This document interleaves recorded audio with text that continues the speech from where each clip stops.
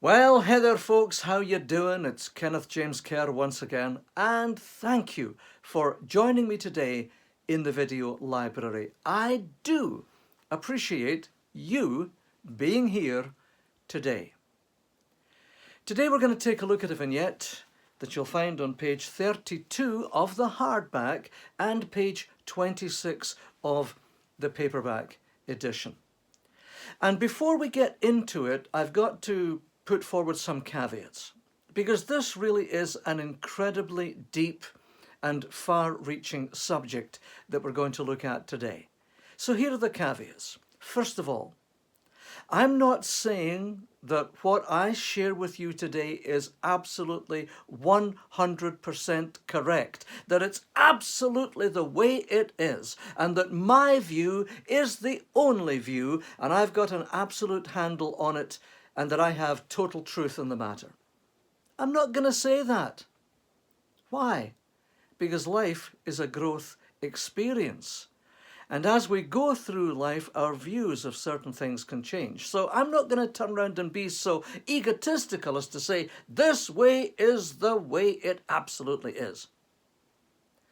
The second caveat is this: based on that reality, I'm not going to ask you to absolutely agree with me in everything that I say. Because where you're at on your journey of life may be a very different position to where I'm at on my journey of life. Therefore, it would be foolish for me to say, I've got the truth and you must agree with me in order for us to remain friends.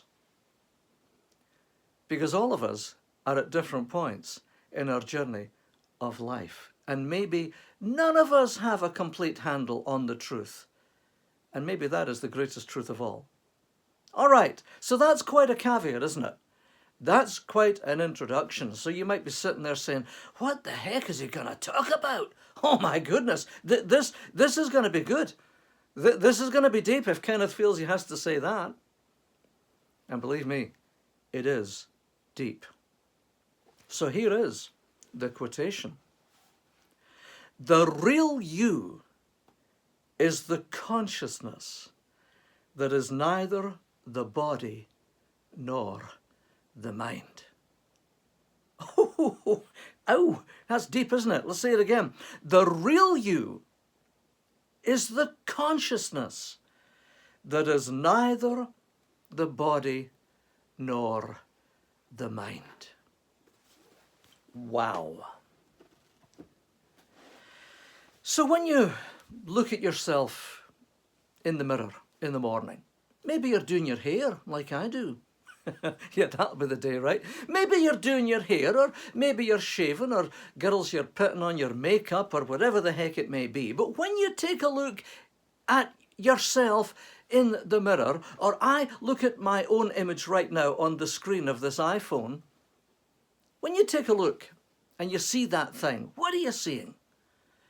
Well, obviously, you look at that and you say, yeah, that's me. I know that's me. Heck, I could pick myself out anywhere. I've been looking at this thing for a long time. Yeah, I know that's me. The question is that the real you? Is it really who you are? I mean, isn't that one of the deepest questions that we can ever ask ourselves? Isn't this one of those massive questions that humanity has asked from time immemorial? Who am I? Who am I? What am I? What is this thing? What is the real me? What is my true nature? Who am I really? That is an absolutely enormous question. And I think it's not just a matter of humanity always asking that question over history. I think it's something that you and I as individuals ask from time to time. Now, it may be that we get so busy in the minutiae of life, we get so busy in the living of life and caught up in what we're doing that we don't always stop and think about it, but there are definitely times when you do. The birth of a child, the death of a parent, an illness, a change of life, a marriage, a divorce. I mean, there are times in our life where I think we do stop and reflect upon it and ask ourselves that question. Who the heck am I anyway?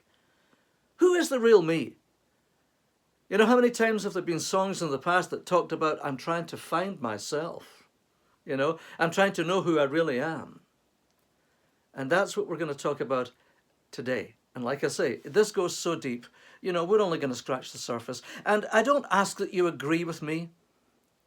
Heck, I may have it wrong.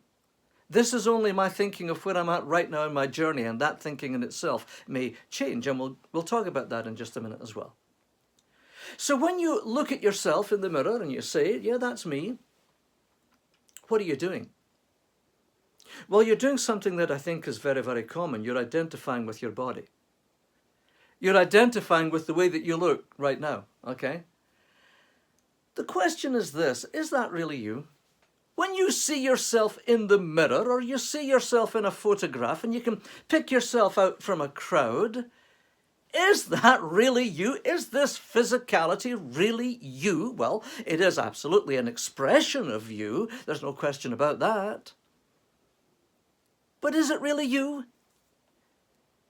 I'd like to suggest that it's a transportation mechanism for something else.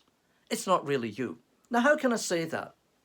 Because when you take a look at your body, the body that you see in the mirror right now is not the body that you saw in the mirror 7 years ago, because every single cell of that body has changed. The physical makeup of this thing is completely different from the physical makeup that you saw in the mirror 7 years ago.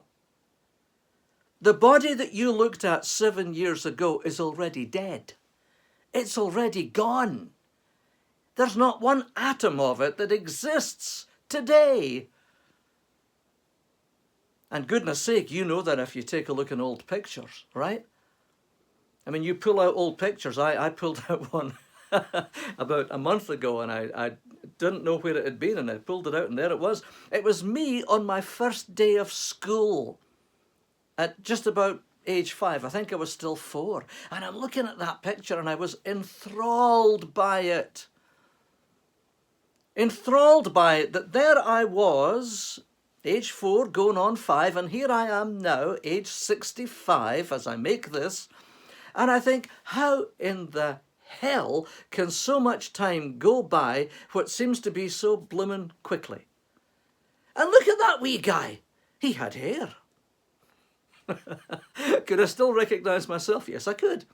I could say that was me then, and this is me now, and I could recognize some elements of the physicality that are consistent. Yeah, I could see that. But that body is long gone, and when you take a look at the pictures of you as a child, you've been in many bodies. Your body has changed so many times. And it will continue to do. So are you really your body? When it changes so much? You can't be. You can't be. It's your transportation mechanism. It's not the real you. So somebody else says, well, I guess, you know, I guess maybe I'm not my body after all, so I must be my mind. I think, therefore I am.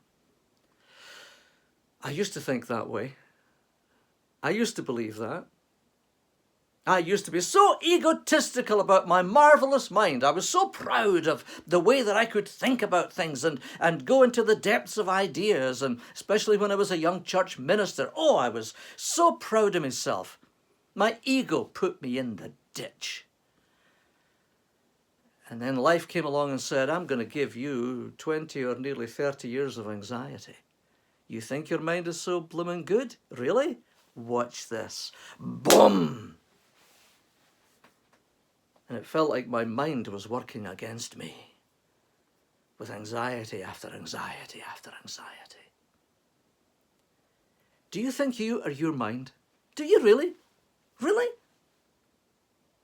Have you ever been talking to somebody, and maybe you're talking about politics, or you're talking about sport, or you're talking about religion, or you're talking about whatever the heck it may be, and they look at you and you express an opinion, and they look at you and say, well, I thought you used to think this way. And you say, well, yeah, I did, but I changed my mind. Wait a minute. Who is the I that changed the mind? If you are your mind, then you've got a real problem, because you'll never know who you are, because you can change your mind as you are exposed to new information, to differing conditions, different philosophies, different ideas. And so again, you take a look at this enormous question of who is the real you, and you look at it and you say, okay, so I thought I was my body, but I can see what you're saying, Kenneth. I mean, the body changes. I'm not the same body that existed all those years ago. In fact, that one's dead and gone. This one's here now, right? So I'm not the body.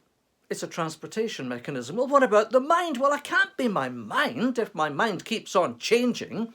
If I completely change my philosophies, my ideas, my interpretations, my thinking, then the mind is a thinking mechanism, just as the body is a transportation mechanism. So you've got this body that's a transportation mechanism for something, and you've got the mind that's a thinking mechanism for something. Neither are the real you. So let's throw another one into the mix. Someone says, well, I guess if I'm at a meeting somewhere and someone comes up to me and says, hi, my name is such and such, who are you? Tell me about you.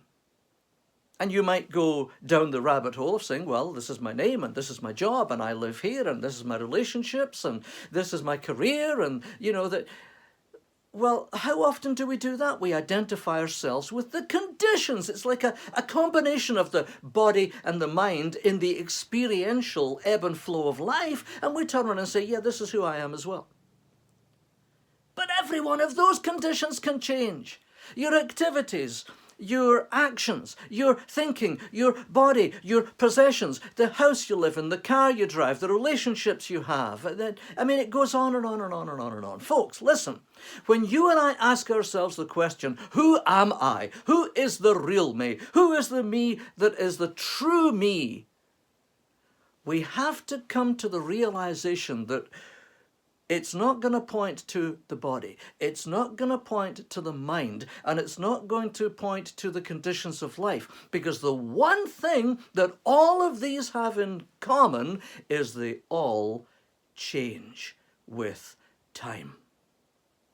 Your body changes with time. Your mind changes with time and maturity and different thinking. And your conditions change. And yet, there is something about you that still knows that you are you. And when you ask the question, and I ask the question, who is the real me? We've got to get beyond the physicality, the mentality, and the minutiae of life and say, I am that which does not change. The real me is that which looks out through these eyes. The real me is that which is transported by this body. The real me is that which uses this thinking mechanism to intuit the conditions, the changeable conditions of life. But there is something in there that does not change. It's that awareness. It's that self-awareness. It's that identification with the reality that I am. I think there is no accident that one of the traditionally great names for the divine is I am. And that the one constant, the one consistent factor of the real you is that the real you can continue to say, regardless of the changes, I am. And it's independent of body, it's independent of mind, and it's independent of life conditions. This awareness. Now, some people will say it's the soul, some people will say it's the spirit, some people will say it's the awareness, and some people will turn around and say it's the consciousness. It's the real consciousness. Where is it? Is it resident up here in the mind? Is it resident up here in the body? Well, I know some scientists and doctors and professors say yes, but that really doesn't make a whole lot of sense if the body itself that you had 7 years ago is dead. It's gone. changed, grown, modified. Same with the thinking. If your thoughts have modified and changed over the years, then you've got to begin to say, maybe this consciousness isn't physical. Maybe this consciousness isn't mental. Maybe this consciousness truly is spiritual. Maybe it does inhabit the body, or maybe it's remote and uses this body as some kind of avatar, just like that movie Avatar. See, again, we don't have necessarily all the answers. I don't. This is why I'm not saying to you today that I've got absolute truth in this, because, you ask me a couple of years from now, I might say, well, I used to think that, but hey, you should see what I think now. You should see what insights life gave me since then. But I'll tell you this, if I am making a video like this in 5 years' time and I have changed and I have modified my thinking, I will still be able to say I am. And so will you. Because the real you is that self-aware, unchanging consciousness that is spiritual in nature. Again, call it your soul, call it your spirit, call it your consciousness. We're all pointing through different terminology to exactly the same thing. I want to encourage you to take time to think about that. Really. Oh, yes, I know we get so busy, as I said earlier on, that sometimes we never think of things like this. I mean, that's true, right? I know what that's like. We've all been there. But this is such a deep subject that's so integral to the very nature of life itself that it behoves you and I to think about it, to consider it, to question it, to explore it. And so I encourage you to explore it, because the implications of it are enormous. You think about the implications. Maybe this thing, this consciousness, this spiritual entity that you really are, that doesn't change, maybe if it doesn't change, it never had a birth.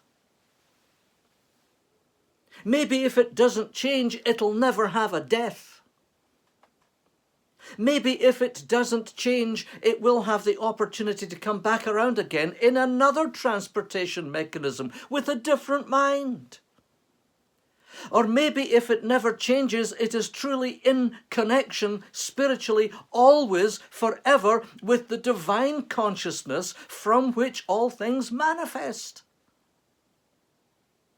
You see, the more you think about it, the more you allow yourself to dwell on this and question it and expand your thinking, you see, there's the mind changing again, the more you begin to realize that you will never dig down into the full depth of all of the implications and all of the ramifications of this subject.